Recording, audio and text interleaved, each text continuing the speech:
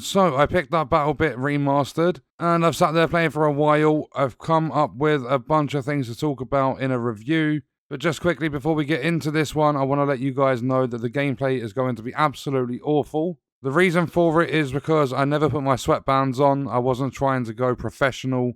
I simply just loaded into a match, chose a class I felt like playing at the time. So you're going to see me just literally having fun for this footage. There's going to be lots of deaths, a couple of kills here and there. And I want to start this one off by saying that the servers actually merge if they need to. This is a game that has battles of different sizes up to a maximum of 254 players on the same server. So if the player count is quite low, they will merge a couple of servers together so that they can build the player numbers back up. And a feature I really like in this game is you don't just get map vote, you jump into a 127 versus 127, and at the end of the match you get to decide not only on a new map to play, but you also get to vote on a different game mode. There are a bunch of different game modes chucked into the matchmaking system. You've got your conquest, you've got domination, you've got infantry-focused game modes. There are a bunch of different game modes to play in this one. And in my opinion, there's absolutely nothing serious about the game.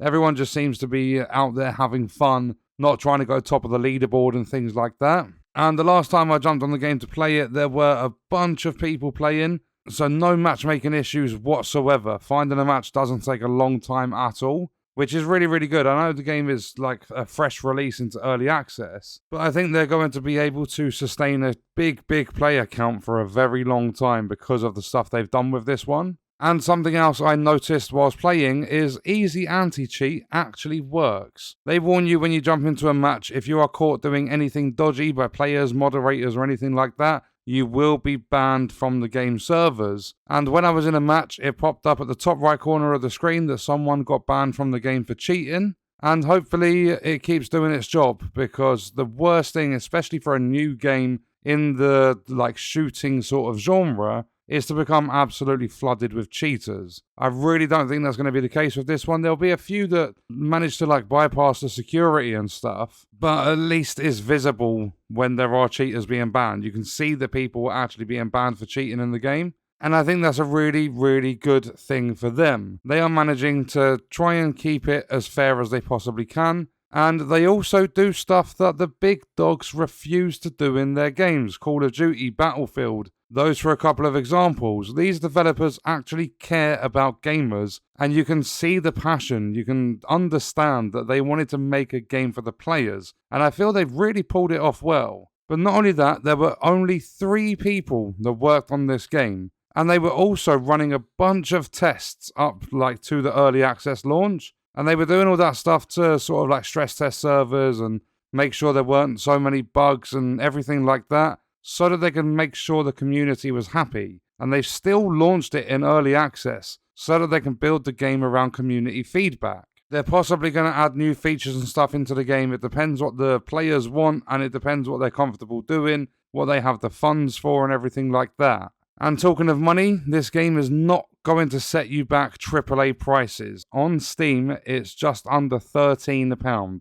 It's going to be about $15. And the amount of content you get, the amount of fun you can have in this game, I honestly think they've done themselves out of profit a little bit. I think they could have actually got away with charging a tiny bit more for this game. And then when it comes to people being able to run the game so they can play it and enjoy it, the recommended specs are some that pretty much any modern gaming PC is going to run, even if it's a low-end gaming computer. And that's probably just simply because of the graphics. But once you're in the game, they don't have a huge effect on your gameplay. When you're in full-blown action, you're not even going to realize that you're playing a Roblox graphics-looking shooting game. They only come into play and could possibly ruin the experience for some people if they're actually sitting there paying attention to it. And guess what? This game launched with highly destructible environments, something that Battlefield 2042 never did. And they even brought in a Levolution system, which is something I don't think DICE has done with Battlefields since Battlefield 4, which was, back in 2013, so 10 years ago at this point. But with that, there are no frame rate issues because the developers have optimized the game. And not only that, it handles the player count really, really well. The netcode is a lot better than most of the competition out there. And on top of that, you've got all the communication stuff in the game, like your voice and your text chat. Plus, you also have the option to easily disable it if you want to.